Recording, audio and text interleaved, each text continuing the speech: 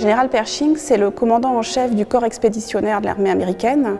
En 1917, il choisit Boulogne pour débarquer avec son état-major. Donc c'est vraiment symbolique, parce que sur le continent européen, c'est la guerre, c'est vraiment un continent qui est à feu et à sang. Et que ce soit les troupes ou la population, ils attendent énormément en fait, de cette armée américaine. L'arrivée du général Pershing à Boulogne, c'est vraiment tout un symbole.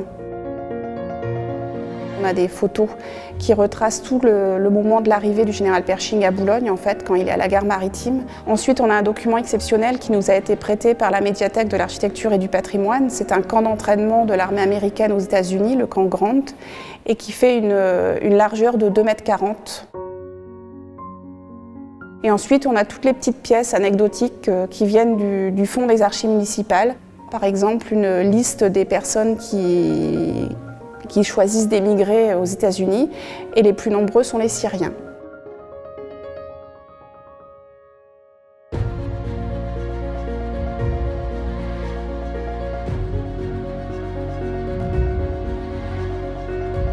C'est vraiment se rendre compte de l'importance de cet événement, de l'importance du ce 13 juin 1917, parce qu'il est un peu méconnu en fait, des Boulonnais et du public de manière générale, et ça reste quand même un grand moment de la Première Guerre mondiale. Donc, si l'exposition peut aider à ce que le public se souvienne du 13 juin 1917, on aura fait une bonne part de notre travail.